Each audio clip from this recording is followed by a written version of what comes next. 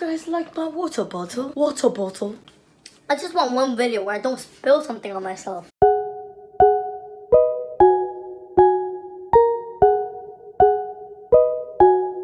Hi guys, it's Ves. Welcome back or welcome to my channel if you're new. This week I'm making 6 months on YouTube. I've been waiting for this day forever. And I'm going to make a whole bunch of videos about my 6 months and about YouTube.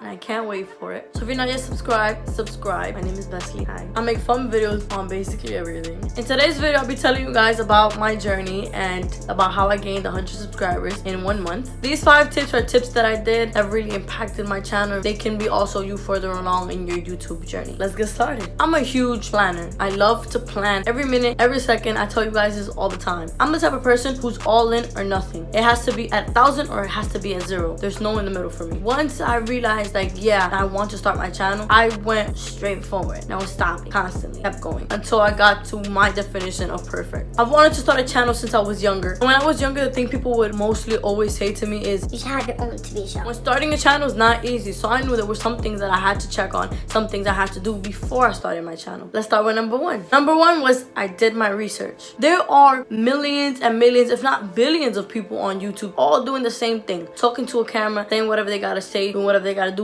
editing whatever they gotta edit. So what's gonna make you different from everybody else? I did my research. I searched up how many people on YouTube, what are the different niches, what are the successes of those niches, how long does it take to even get anywhere on YouTube, what equipment do you use, how do you get there, how long does it take? I researched and I researched and I researched before even starting my channel, before even creating a name, before even making a thumbnail, before even making a channel art, before doing anything. I did my research on what are the probabilities of me being good at this. It's important to do your research and look at other people and see what are they doing that you're not doing, what are they doing that you can implement in your videos, what are they doing, what are they speaking about that speaks to you. So doing your research on what it is that you like, what it is that you're into, what is it that you really like to watch on YouTube is really important in creating your channel. Number 1 was do your research. I started my channel in February the 9th, coming up soon. My sister graduated from college in December. My sister would see me break night, not go to sleep, just stay up and just focus on YouTube. Mind you, I was planning to launch my channel a whole month later. Number 2, I then planned and had a vision for how I wanted my channel to be. Growing up, I used to watch YouTube all the time and I never used to notice the little things they would do. In doing my research, which was number 1, and number 2 allowed me to have a vision and see what is it about me that's gonna make people want to watch. I knew I don't really like colors. I don't. So I wanted a background that was kind of neutral, kind of earthy, kind of brownish, the colors that I really like. I made a Google Doc that I wrote all my YouTube ideas. I had a couple words that I wanted to describe my channel. I had a couple points in mind. Before making my first video, I did a pre-video first video. I filmed the video and I edited it.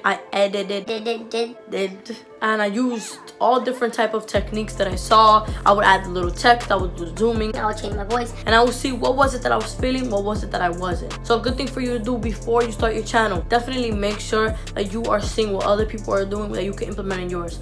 By no means does that mean to copy somebody else, because that's not okay. After I started my channel, the amount of people who I saw doing the same things that I was doing was ridiculous. Like, it was out of this world. It's okay to do the same things that other people are doing, but do it in your way. Do it tastefully. Don't copy what somebody else is doing. Do you. Whatever that means for you, do you. Don't do exactly what they're doing. Say the exact thing that they're doing. Do the exact edits that they're doing. Talk the same way that they talk. Do whatever you feel like is you. Number 3, social media is a huge tool. I'm a big believer and I hate. And when I say hate, I mean hate.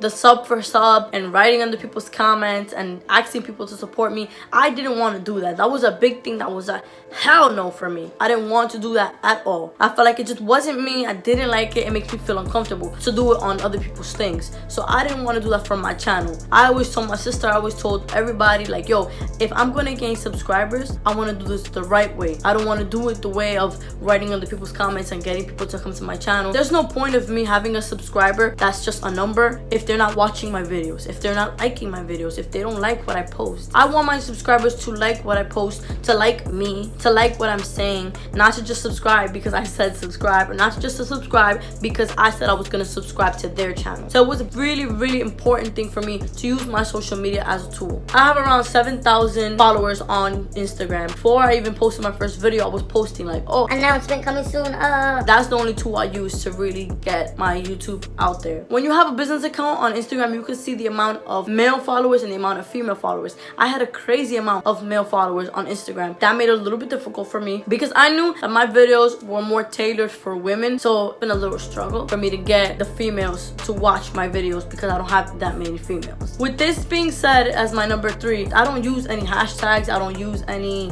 tagging. I don't use anything like that. I just post my videos and the ones who watch it, watch it. I feel like Instagram is an amazing tool and you find people through hashtagging, through tags. But for me, I just feel like me da mucha vergüenza to do these kinds of things. So I feel like I should use that a little more to grow. Number 4, the quality of your video is one of the most important things when gaining subscribers. I don't have that much space in my house at all to film. It's very difficult. This is literally una quinita in the side of my room. That's it. So I had to do the most to get this setting into the way that I wanted it to be, to have a setting where I felt like it's me, yet in a limited space. Lights is really important because if you only use daylight, especially if you live in an apartment, you don't always have the best lighting. So for me, what I did before I started my channel, before I even made anything, was I bought a ring light. It wasn't even that expensive compared to the other lightings. It was only like 100 and something, but it makes a huge impact on the way my videos look, on the way my videos are perceived. Knew that from no angle in my house, a window was gonna be flattering for my videos. The quality of your videos is extremely important. You can't be recording like this. Absolutely not. It's best if you have your camera or your phone landscape. If you have good lighting, you can change this lighting. Hello.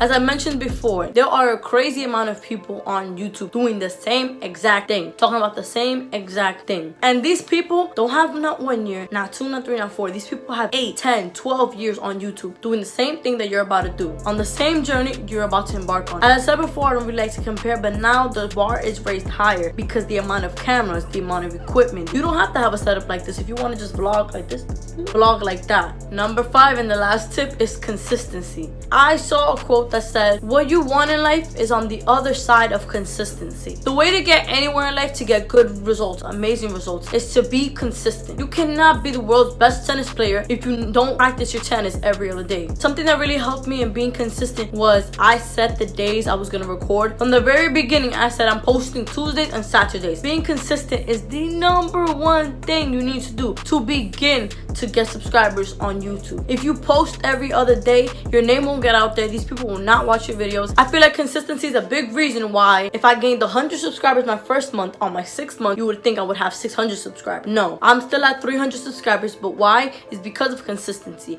I was crazy consistent in the first 2 months, but with school and everything getting jumbled up, I did not post constantly. Posting constantly is what gets your name out, especially when you just start YouTube. It is so easy for people to just forget your name, for people to just be like, oh, Vesly, oh yeah, I saw her video like once and I don't know by now. You have to post consistently for people to know about you. I find this so sad where people are asking like, oh my god, why haven't I grown? I checked their channel and they have one video that came out 1 week ago and another video that came out 2 months ago. If you can't post 2, 3, 4 times a week, make sure you're at least posting once or once every other week. But if you want to grow fast, the best thing you can do for yourself is post consistently. If I'm gonna do YouTube for 15 hours a week, then these are the days, these are the filming times, and this is what I'm gonna do. So those were the 5 tips on how I gained 100 subscribers within my first month of YouTube. The tips were doing my research, planning and having a vision, using social media as a huge tool, using lighting and quality to my advantage, and number 5 is consistency. If you just started your channel, you're trying to grow your channel, these 5 tips can help you tremendously